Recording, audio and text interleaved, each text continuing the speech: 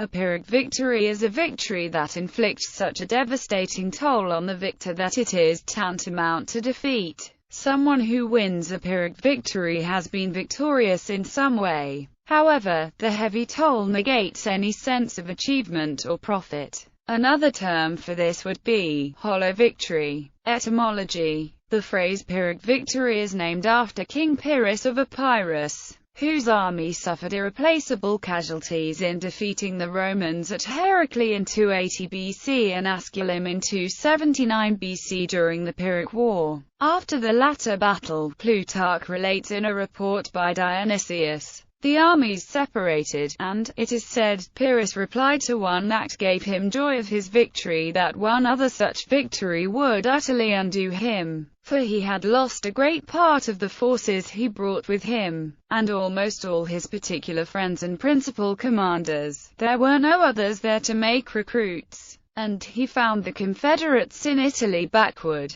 On the other hand, as from a fountain continually flowing out of the city, the Roman camp was quickly and plentifully filled up with fresh men, not at all abating in courage for the loss they sustained, but even from their very anger gaining new force and resolution to go on with the war. Plutarch, Life of Pyrrhus. In both of Pyrrhus's victories, the Romans suffered greater casualties than Pyrrhus did. However, the Romans had a much larger supply of men from which to draw soldiers, and the casualties did less damage to their war effort than Pyrrhus's casualties did to his. The report is often quoted as another such victory and I come back to Epirus alone, or, if we are victorious in one more battle with the Romans, we shall be utterly ruined. The term is used as an analogy in fields such as business, politics, and sports to describe struggles that end up ruining the victor.